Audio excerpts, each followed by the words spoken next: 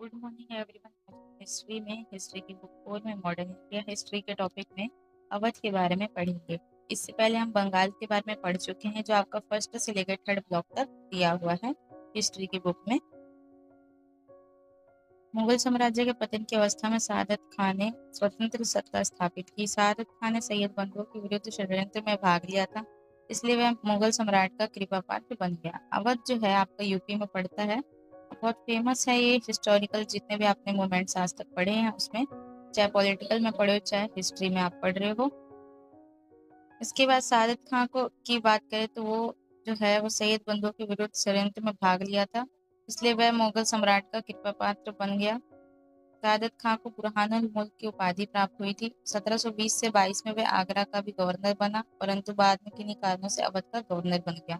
1739 में नादिर शाह के विरुद्ध लड़ने के लिए सादत खान ने दिल्ली आमंत्रित किया गया सादत खान को, और सादत खान ने नादिर शाह को धोखा देकर दिल्ली पर आक्रमण कर 20 करोड़ की धनराशि की मांग पर उसने नादिर शाह को आत्महत्या के लिए मजबूर कर दिया। नादिर शाह की मृत्यु के बाद उसका भतीजा या दामाद सफदरजंग अवध का नवाब बना, जो 1748 ईस्वी में नवाब वजीर कहलाया। 18वीं सदी के 50 के दशक के बाद 1750 की अगर बात करें तो 1750 के बाद जो भारत है उसमें ईस्ट इंडिया कंपनी ने अपना पूरा जो है विस्तार शुरू कर दिया था। इसकी वजह ये थी कि अवध की अर्थव्यवस्था और राजनीतिक क्षेत्र में बहुत ज्यादा प्रभाव पड़ा, और रीजन ये था कि अवध से अंग्रेजों को बहुत ज्यादा फायदा हो रहा था। 1764 ईस्वी में बक्सर नाम की जगह पर युद्ध हुआ, जिसे बक्सर का युद्ध कहा गया। बक्सर के युद्ध के साथ अवध और अंग्रेजों में शत्रुता का प्रारंभ हुआ था। शुरुआत हो गई थी दुश्मनी की, अंग्रेजों से दुश्मनी की शुरुआत ये अवध में से ही हुई थी।